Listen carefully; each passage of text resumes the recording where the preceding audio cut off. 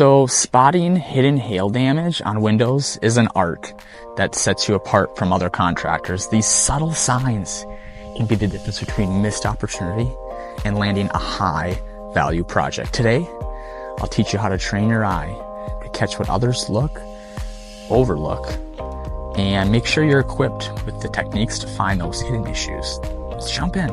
So hail damage on windows can be really tricky to spot. It often appears small, round, has like little indentations, right?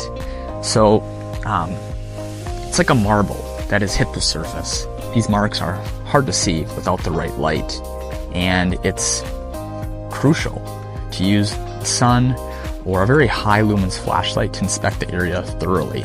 Don't be afraid to rub the window, maybe feel any subtle bumps near the cladding and the glazing, which is the glass. It's known as the sill or the lip of the sash.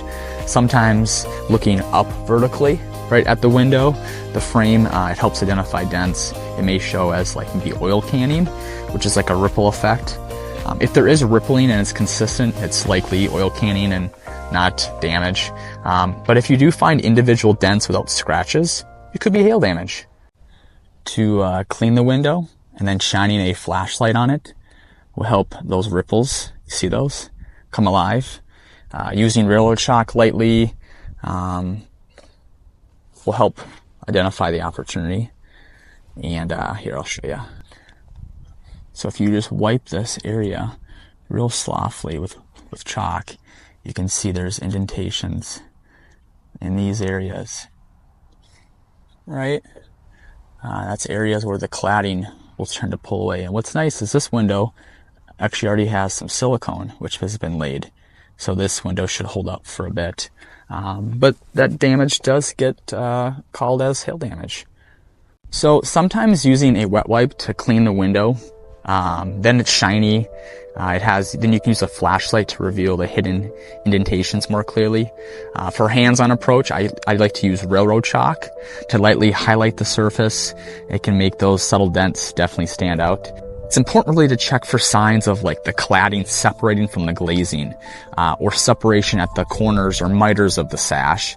If the window appears out of square or the cladding shows signs of movement, this could be indications of impacts of hail, right? Impacts of damage from recent storm. So yeah, look for dents as small as 3/4 inch hail impacts. While they might seem insignificant, these minor damages can compromise the window's integrity over time.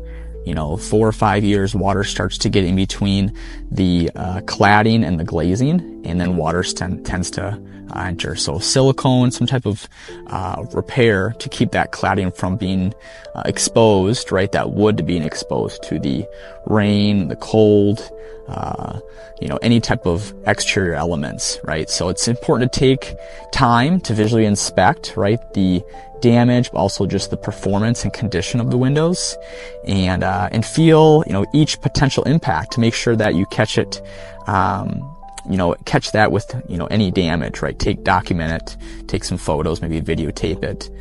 Those little dents, can lead to, something bigger. What's the hardest type of window damage you've had to identify? Is it Pella, Crestline, Colby, Windsor, Built Best, Shear Brother, Old Deck, Caradco, Norco, Semco, Hallmark, Rockwell, so many out there. And let us know. Share your experience in the comments below. And what else? Do you use any special tools or techniques to spot this subtle hail damage, right? Drop those tips below as well. And have you ever caught damage with your eye, with your eagle eye, that maybe others have missed? Maybe the roof was replaced, but you found damage on the siding or the windows. Tell your story. How do you ensure that a thorough inspection after a hailstorm is completed? What are your strategies? Come on, let's swap those here. And if you want more detailed tips on spotting hail damage and maximizing the project's opportunities, really renewing the home and inspiring the neighborhood, join us on LinkedIn Live November 18th for a really in-depth session on mastering these inspections. So follow Eagle Eye, your window guy, drop your questions and your comments below, and I'll see you there.